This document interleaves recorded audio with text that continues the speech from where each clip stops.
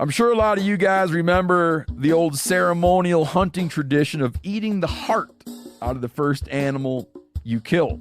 Meat from those organs are among the most nutrient-rich foods on the planet.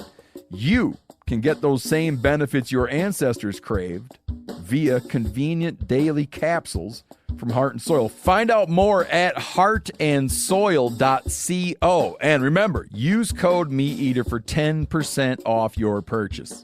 Outdoor adventure won't wait for engine problems. Things like hard starts, rough performance, and lost fuel economy are often caused by fuel gum and varnish buildup. Seafoam can help your engine run better and last longer. You simply pour a can into your gas tank. Hunters and anglers rely on Seafoam to keep their engines running the way it should the entire season. So pick up a can of Seafoam today at your local auto parts store or visit seafoamworks.com to learn more.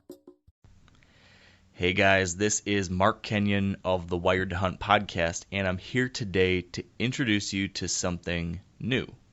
As you might be able to tell, this isn't a regular episode of the Wired to Hunt podcast. In fact, you're listening to the very first episode of a bonus mini-series that we're going to be running over here over the next few weeks that we're going to be calling Wired to Hunt's Rut Radio.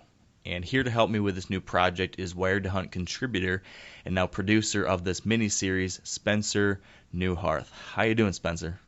I'm good. I'm excited that we're getting closer to November. Yes. Yeah, me too. I'm really excited about that. And I'm excited about this podcast, especially kind of in relation to that whole time period of November, because I don't know about you, but when I think of that month, I think about the rut. Am I right?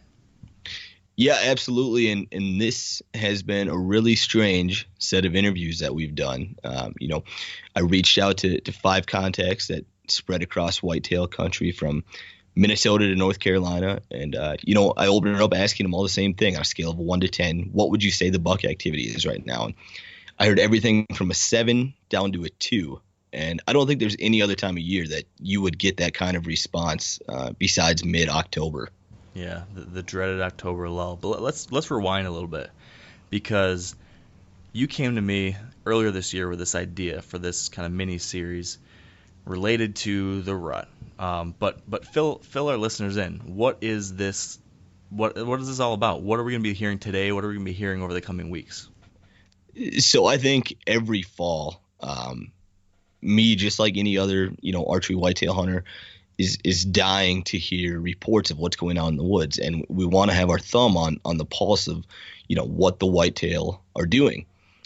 And this is one way for whitetail hunters to confirm or deny what they're seeing in the woods. And so each week I'm going to talk to 4 or 5 or 6, whitetail hunters that kind of spread throughout whitetail country and, get a sense of what they're seeing in the woods and hopefully help us piece together of what exactly is going on right now. Are they hitting soybeans right now? Are they really nocturnal? Are they working up scrapes? Are they seeking and chasing it? All that kind of information that can make us better hunters. It's great for that guy who maybe hasn't been out in a couple weeks and, needs to pick a stand to hunt and he's not sure what should go into, but he's hunting North Dakota, and he just heard somebody from Minnesota on the podcast say that, they're seeking and chasing really hard right now, and you should be hunting aggressive. That's just one example of what this podcast is intended to do. I love it. I'm excited about that because I think there's a lot of value to that. As you just said, if you're not able to be out there, you want to know what's happening in your region. And what I like about what you're putting together with this series here is the fact that you're going to be talking to people all over the country and getting different perspectives and updates from everywhere from, the Northeast down to the South. Like we could hear someone from North Carolina, we could hear someone from Tennessee, we could hear someone from Wyoming or Maine or Michigan or all the way across the board. So I think no matter where you live and hunt, you're going to be able to hear some updates throughout these coming weeks that are relevant to you. And hopefully you can take some of these things you hear here and say, okay, maybe that's what's happening near me. I should try X or Y. And, as you know, Spencer, this time of year, whitetail behavior and activity changes so dynamically over this next kind of 6-week period. I mean, things are going to go from 0 to 100 pretty fast here. And it's, as far as I'm concerned, it's important to know where we are on that acceleration and be able to then apply the right tactic to the right time. So I think that's what we're going to be able to achieve here, don't you?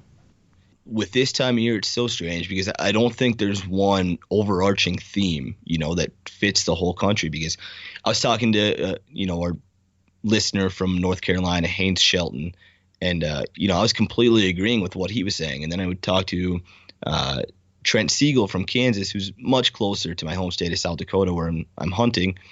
And I felt it was very different than what I was seeing. And so it's just a weird time of year, but it's still really cool to hear those reports and how guys are using tactics right now to, help their success rates. Yeah, absolutely. So we're going to be having a new episode every week for at least the next 6 weeks, I think. And we're going to be covering this type of stuff, right? We're going to be talking to, like you mentioned, 3, 4, 5, 6 different guys from across the country, getting their updates. And that said, we shouldn't beat around the bush, I don't think, Spencer, because I know we have some great stuff to cover today. So who are we talking to today, and what regions are they covering? We start off in Minnesota with Tony Peterson. He's a gear editor for Bowhunter Magazine. Then we have in Kentucky, Josh Honeycutt with Realtree.com. In North Carolina, we have editor of North American Whitetail, Haynes Shelton. In Illinois, we have Bowhunting.com's Justin Czar. And then to end the podcast, we talk with Trent Siegel of Heartland Bowhunter in Kansas. And Trent just had an amazing hunt last week. And we'll get to that at the end of the episode. If you haven't seen what happened yet, go to Heartland Bowhunter's Facebook page and check out his recent pictures. Oh my gosh, that deer is insane. Incredible buck. Yeah, he was excited to talk about it, and just how he went into the hunt. He said he was literally 100% confident he was going to kill that deer. And it's just so different than when I talked to like Justin from Illinois, who said, this is just terrible right now. He told me it's a 2 out of 10 for hunting. And so it's just completely different. It's still exciting to hear what tactics these guys are using and just how different it can be from one state to the next. Definitely. Well, I'm excited to hear because I haven't got to hear from these guys yet. So correct me if I'm wrong, but the way this is going to work is we're going to jump right into that first interview, and then we're just going to go, 1, 2, 3, 4, 5. We're going to hear them all, and then that'll be our show, right?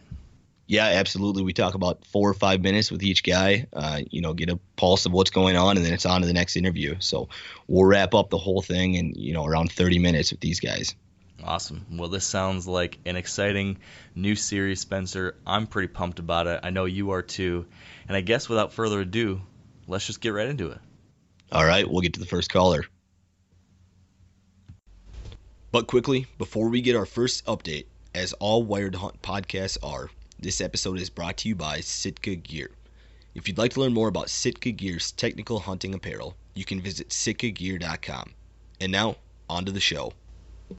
All right, and joining us on the phone first is Tony Peterson. Tony is a notorious public land killer and gear editor for Bowhunter Magazine. Tony, now I know you just spent some time hunting in your home state of Minnesota. On a scale of 1 to 10, how would you say the buck activity was? I would probably go with about a 5. A 5, it was okay. And so is that kind of what you expected for this time of year? Yeah, it wasn't bad. I ended up seeing 2 bucks in the last couple of days that are both pretty good ones, and some other buck activity. I actually saw my first chase of the year, I think Saturday morning. I saw 2 bucks going after a doe pretty hard. But it's, this time of year is just up and down. If you get the right weather, it can be really good, and if it gets hot like we just got, it slows down a little bit. So it was probably about what I expected.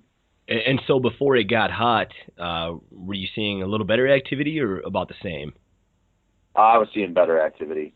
With that big front that came through, it got real windy here. We were fighting 30-mile-per-hour winds, but the deer were moving. And once it came through and those temps got about, we were sitting at about 12 degrees above normal. It shut down for me pretty good. I still saw some deer, but not the way it was. And what type of an area, have you been hunting lately? Are you pretty aggressive right now, or? I'm hunting staging areas. I'm kind of trying to get between bedding and food sources in the mornings and the evenings. And I tried to hunt water a little bit when it got hot, and it just didn't play out for me that well. But I'm kind of, I treat Minnesota a little differently because it's my home state, and I'm working on some really big bucks, so I'm kind of playing it a little safer than I would in some other states. But that's a lot of transition routes for me right now. And so outside of the bucks, with the does and even the younger bucks, are you seeing them about the same activity level as those bigger deer you're targeting, or is it different for them? You see more of those deer because there's more of them out there. But the activity in general was just okay. I saw some does, I saw some young bucks, but it wasn't. I never had one of those sits where I was seeing deer left and right, and it was just on fire. It was pretty typical mid-October type of stuff. So. Sure. And what about for sign right now? Are you seeing some scrapes popping up or some rubs that are being active? They're laying down sign everywhere. I took a little walk on Sunday afternoon just to check out some areas that I haven't been hunting, and I found so many rubs and scrapes. They're really, really laying down some sign hard. So it's getting pretty cool out there right now in the woods. There's a lot of signs showing up, and we're getting pretty close to when it's going to get really good. And how can you use that to your advantage right now? If you find a couple good scrape lines, is there anything you can do to help you kill a buck right now with that? Scrapes are good right now, and they will be for a couple more days. But I'm looking at rubs. Because the rubs tell me an awful lot about where bucks like to travel and where they like to kill time. So I'm looking for a staging area with a ton of random rubs in it right now, and I found a few of those places. So as soon as I get the chance, which will probably be about Thursday, I'm going to go back in and start hunting some of that sign I found this past weekend. Get right on top of it and hope to catch those bucks, moving in the cover. Sure, and going forward, say you were going to be hunting these next, 10 days or so, what would you expect on a scale of 1 to 10 for the buck activity to be then? Well, it's going to get better here. I would say, within the next few days, we're kind of stuck in a, warm weather holding pattern, so it's going to stay pretty consistent at maybe a 5 or a 6. But, as we push on here a week down the road and, 10 days down the road, it's going to get better. We'll be pushing up on Halloween, and it's going to get good, 7 or 8, I'm sure. So that's pretty exciting. All right, Tony. Well, I'll be hoping that a cold front rolls through for you and you can get back in the woods. Awesome. Thanks, man. Thanks for your time. We'll connect again in a couple weeks. And joining us on the line now is Haynes Shelton, Associate Editor for North American Whitetail. Now, Haynes, I know you were just hunting in your home state of North Carolina and targeting a big buck. So on a scale of 1 to 10, what would you say the buck activity was while you were there? Oh, well, I would say, buck activity is still relatively low during daylight hours. I was fortunate enough that I saw the buck I've been after on Saturday evening during daylight, during shooting hours, so that's a major plus. But other than yesterday afternoon, all the buck activity I've had has been on trail camera, and it's all been nocturnal. But, I am getting regular movement, so I would say 4 to 5 on a scale of 1 to 10. The bucks are moving, but like I said, I'm not getting any consistency on my buck movement during daylight hours yet. Sure. So I just talked to Tony Peterson from Minnesota, and he told me that up there it's like a 5, right now. And so it's pretty incredible. It's the same thing down there. Is that typical for this time of year? Is that what you'd expect to see, is a lot of nocturnal movement? Sure. I would say yes. We're hunting in Davie County, North Carolina. It's Piedmont area, central North Carolina. And I've hunted there, since I was a little kid. I grew up hunting there, and I'm really familiar with kind of what those deer do. And, it can be largely weather dependent, but we traditionally have an extremely good muzzleloader season that comes in that first week of November. You can almost always bank on that November muzzleloader being really good for rut activity. Usually by that part of the year, The bucks have really started rubbing good. They've laid down a lot of scrapes, and you're starting to see them chase a bunch of does. That's when it's really on fire. As far as bow hunting up until there, kind of that point in time we're in right now, I've killed deer. I've killed big bucks during this time, but it's a lot harder.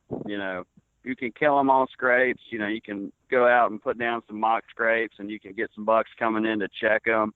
But I've never killed them screaming hot rut during this time. It's still a little early. At least a week or two early, I'd say. Sure. And so with the hurricane that just moved through that area, did you notice a change in deer behavior during that time? And do you think that'll have any repercussions going forward or right now? Yes, I did notice. I did notice some really cool things going on with that hurricane, and that's the reason I went back home to hunt this past weekend. That's a long drive from Georgia, and I'm really not going to make it unless I think it's a good shot. But with the hurricane that came in last week, checking my trail cameras, I saw really great deer movement and excellent buck movement. We actually had 3 new bucks come in on camera that we have not had a photo of all year. And we ran cameras all summer. We've got these deer patterned, and, we've got a great feel for what bucks are in our area.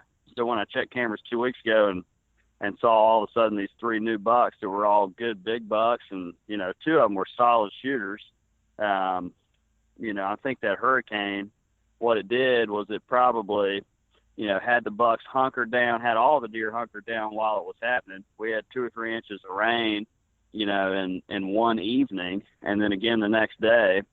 And I think after the storm rolled out, I think it got the deer on their feet and got them out to feed. We had a big high pressure front, which is typical on the backside of one of those storms. And, it was good. We had a lot of deer on camera, but once again, still primarily nocturnal. That's the kicker, is you don't know if these deer are going to get out during daylight or, during legal shooting time, because they're almost always moving right on the cusp of that, right at dark. Sure. And going forward, do you think that'll change here in the next 10 days? What would you say on a scale of 1 to 10 that buck activity is going to be in North Carolina? Oh yeah. I think in the next week, it could get a lot better, especially depending on the weather. If you're lucky enough to get a good cold front coming in on the backside of October, you can really do some good, because those big mature bucks are going to get revved up. They want to be the first ones to lay down the scrapes, man. They're going to hit their rubs, and, they're going to start cruising and kind of getting ready to start finding those does. They just get fired up, I'd say the next week it could be a lot better. Next 2 weeks it could be awesome. Just hopefully we'll get some good weather, man. We can get one killed. Sure. All right, Haynes. Well, I'll be following along at North American Whitetail, and I hope to see you with that big 8-point in your hands. Oh, yeah. I appreciate it, man. It's good talking to you, Spencer. Joining me on the line now is Justin Czar, General Manager of bowhunting.com. Great forum, great blog. Check it out, guys. So, Justin, I know you've been hunting in Illinois lately. What do you got to tell me? What's the activity been like on a scale of 1 to 10? I'd say maybe a 2, at least in the areas that myself and most of my guys have been hunting here lately. It's been pretty slow. So that's devastatingly low. What factors are contributing to that, terrible activity? My best guess is probably going to be weather.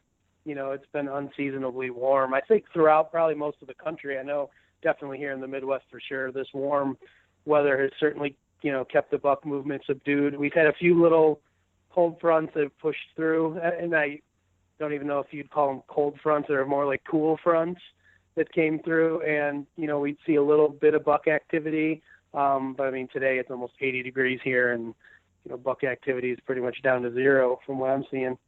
Sure. And you're, getting that information from your hunts or from your trail cameras, or what are you seeing out there? Sure. I'd say a combination of things. My hunts personally, Pretty much just, all doe activity, doe sightings during the daylight.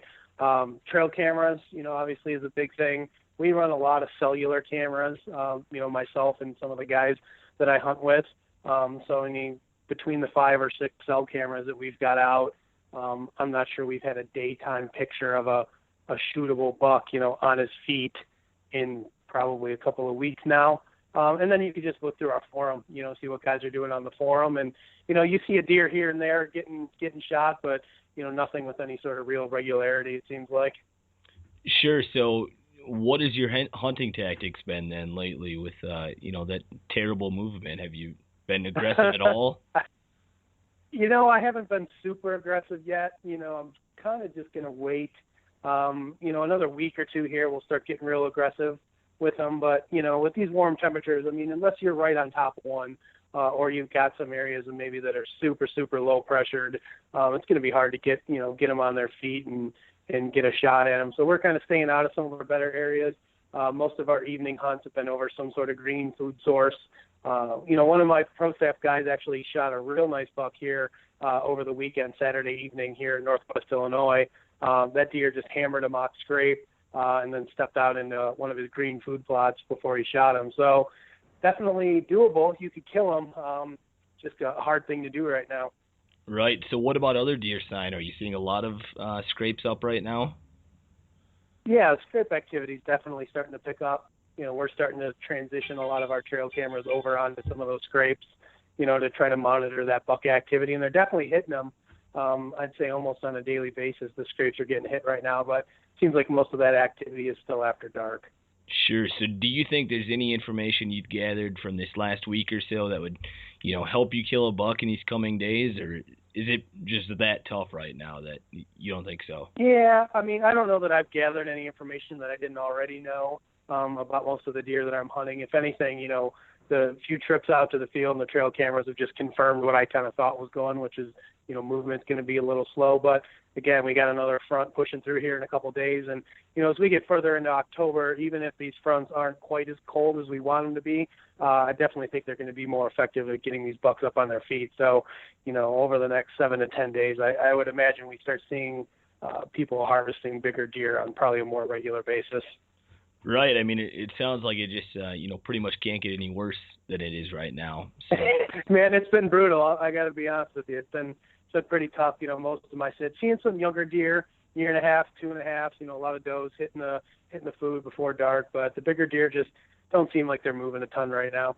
And so going forward, like in these next 10 days, what do you think the buck activity would be then on a scale of 1 to 10? Is it going to be pretty low yet, or do you think? I got to imagine it's going to start picking up. Just given the time of the year, we got another front pushing through later this week. So, it's got to ramp up to a 5 or 6 at the very least, maybe even a 7. Hopefully, the evening hunts really start to pick up. Front pushes through. We got some high pressure on the backside.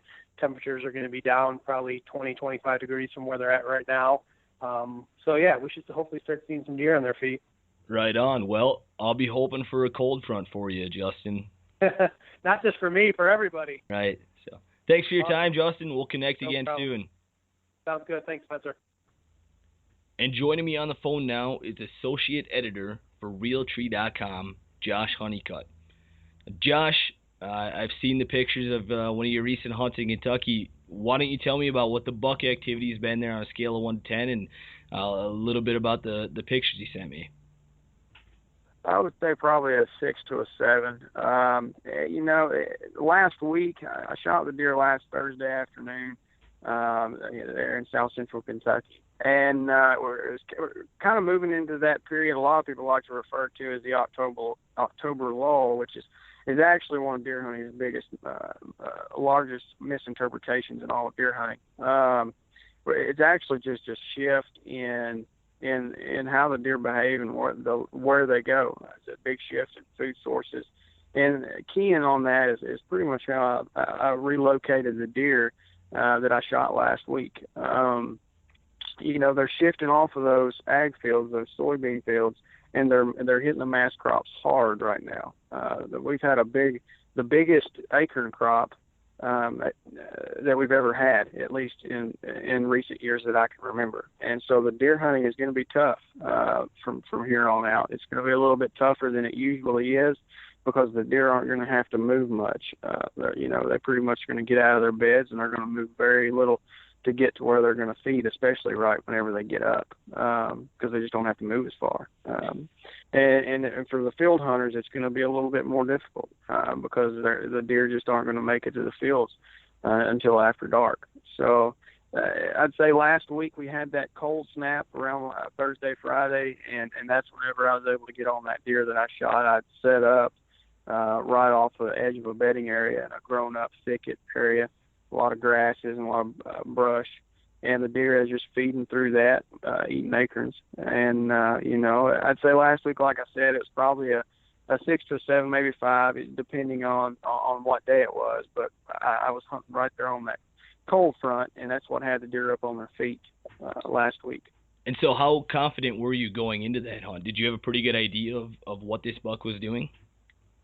Well, I had a pretty good idea. He'd been hitting my trail cameras at night because I had my trail cameras right off the edge of a green soybean field, but he wasn't making it to them in daylight because that's about the time those acorns started dropping, hitting the ground pretty hard. So he was getting up out of his bed. He was feeding on acorns, however you want to say that, depending on what part of the country you're in. But he was feeding through there, but he wasn't making it out. So I had to kind of get back off of those, the green soybean fields. I got to back further away from those and get closer to, of course they weren't green at that time. The leaves had started dropping and stuff like that. But, those deer will feed on those, at least where I hunt. I've seen the deer hit those even after those leaves start to fall off, but there comes a time whenever those beans, they aren't hitting them like they were.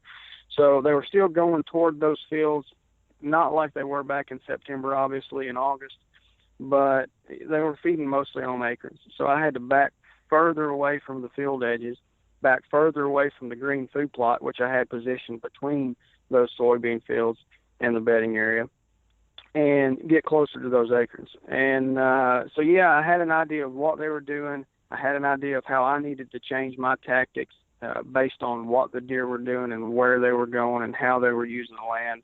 I didn't know if I'd see the deer or not. Of course, you never know how things will pan out. But he did slip up. That cold front had him up on his feet a little bit earlier than normal. I shot the deer about 45 minutes before the end of legal shooting light, which is pretty rare for middle of October to see a deer on its feet like that. But I just had to get close to his bedding area, and I'd say I was within about 100 to 150 yards of where he was laying down at. And so going forward, do you think those field hunters could find success here again shortly, or is that time of the year pretty much over with and you should be hunting a little bit of that thicker stuff like you were? Well, it just depends. Every place is going to be different. That's a hard question to ask because everybody hunts different places with different terrain. I mean, obviously they're going to be off those soybeans now because the beans haven't quite ripened up yet. It's not the soybeans aren't in a stage really where the deer are hitting them hard, and actually a lot of the farmers are coming in and starting to harvest those soybeans. And of course, most all the corn's out by now, but it's possible to hunt on the edge of an ag field that's near harvest or has already been harvested and find success, but it's going to be a whole lot more productive if you back off of those fields and you kind of get in somewhere where it's in a staging area where the deer are kind of staging before they head out into the big ag fields or into the big food plots that you've planted or whatever the case. For me, at least for the next 2 weeks prior to the rut, before you start hunting your traditional rut stand locations, for the next 2 weeks, until the end of October, or at least the last few days of October, I would back off and try to figure out, if you've got a deer on camera, figure out where his core area is, figure out where he's bedding, and I would set up between where that deer is bedding and the best mass crop that you've got available where you hunt, because that, for now, that's where those deer are going to be going to. And so on a scale of 1 to 10 going forward, what do you think that buck activity will be? Well, I mean, based on the science, it should only increase, and that's kind of going back to the October law I mentioned earlier. That it's one of the biggest misinterpretations in all of deer hunting. There's plenty of data and research out there that biologists have conducted that shows that the deer activity, both buck and doe activity, only increases from summertime all the way through September, October, and into the rut. That's daylight activity too. The biggest thing is that a lot of times those hunters don't transition with the deer as they transition from food source to food source, and so that lack of sighting, lack of activity is just because the hunters aren't set up in the right places. But based on the science, that it should only get better because the daylight movement with the white-tailed deer only increases as we progress through October. Obviously you've got to look at other things too, like weather, temperature. And it's hot right now. But it's very hot right here in Kentucky right now. It's warm. It's record highs this week. So, but it's supposed to cool off again toward the end of the week, around Thursday, Friday, Saturday. So as we move deeper into this week and get closer to the weekend, if you're hunting that cold front, you should see a spike in increase in daylight activity. Because even though that daylight activity and deer activity increases through the month of October, that hot weather does have the ability to suppress that daylight movement. So I wouldn't hunt if you've only got a couple of days to hunt this week. I wouldn't hunt, early this week. I wouldn't hunt middle of the week. I'd hunt around. I'd wait till that cold front hits toward the latter half of this week, moving into the weekend. Right on. Well, I think everybody's getting more excited, as we get closer to November. But you got it done early, and congrats on the buck, Josh. Thank you. And finally, joining us on the phone is Trent Siegel, Heartland Bow Hunter team member. Now, Trent just shot a buck that broke the internet. If you haven't seen it yet, go to Heartland Bow Hunter's Facebook page and check it out. It scored 224, correct? Yes, sir. All right. Tell us a little bit about that. Man, it's a buck I've had on camera for the last few years. Actually, just kind of sporadically, he showed up late season last year after I'd already filled my Kansas tag, and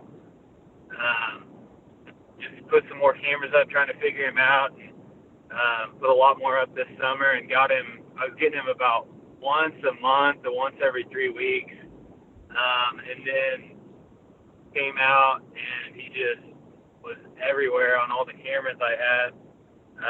And then actually it was last Friday, the Friday before I shot him on a Wednesday. The Friday before I hunted, we didn't see him, and then he was out in daylight Saturday and Sunday on some scrapes. And so the wind was right on Wednesday, and we had just a high pressure. The pressure was rising. We had a cold front come through. The temperature dropped 20 degrees from Tuesday, and man, we got to get out there. And sure enough, he came out. We watched him hit 3 scrapes out in front of us, and we had some little bucks bumping some does, just kind of, how they are, trying to see if any of the does are ready. And he was making scrapes and came into 20 yards and shot him, and he went about 60 yards and piled up. Just an incredible hunt. Well, that's awesome. But how about overall in Kansas right now in your area? What would you say the buck activity is on a scale of 1 to 10? As far as activity, I would say, we're probably at a 7. The bucks are really starting to move around, and a lot of it has to do with some of these cold weather systems that are pushing down, and then all the crops are finally getting out, so they're getting a little more concentrated. Starting to see a lot more activity on the trail cameras. And so how confident were you going into that hunt, with that buck Mufasa? I don't want to sound bad, but I was 100% confident. It was a weird feeling that day.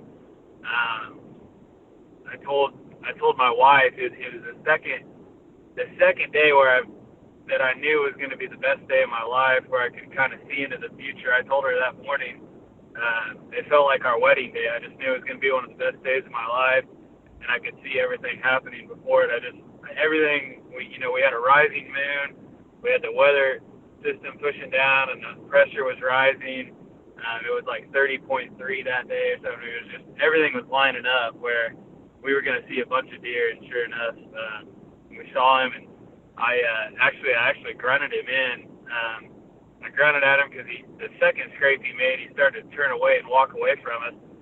And I was like, well, I don't know really what else to do. I mean, we have a 200-inch whitetail in front of us. And beginning kind of the first part of October, I've never grunted at a buck in October, but I've never had that big of one out in front of me either. And so I had to dig my grunt call out of my bag and grunted at him. And, I mean, just instantly he snort wheezed right back at me. And so I snort wheezed at him. And then he, about a minute or two later, he came on in and made a scrape, like I said, at 20 yards. So it was pretty awesome.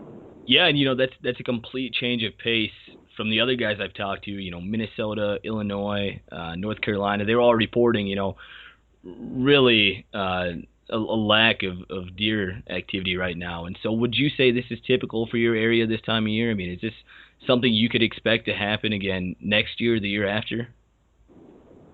Yeah, from what I've seen in the past, and yeah, I mean, it seems like that harvest moon.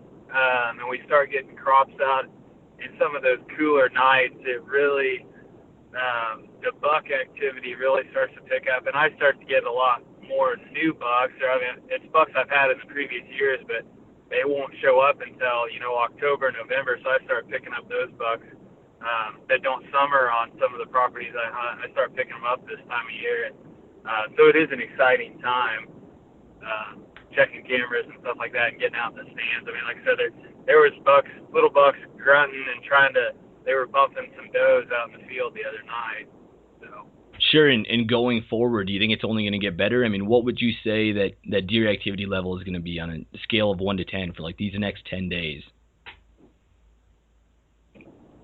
The next 10 days, I don't know. Here it's heating back up here. I mean, I would say it's probably going to stay the same, I mean, for the next 10 days. But, I mean, then after that, it's only going to get better. I mean, don't get me wrong, I'm ecstatic I shot a 200-inch whitetail, but at the same time, I'm, like, bummed because I don't have a tag here in Kansas anymore left to go hunt the rut. I mean, the rut is just magical here. I mean, to watch, you never know what's going to come chasing under your stand or anything like that, but and I mean, we're only just, less than 2 weeks away really from that kicking off, getting wild. Sure. Well, congrats on the deer of a lifetime, Trent, and we'll look for the footage. You got it on footage, right?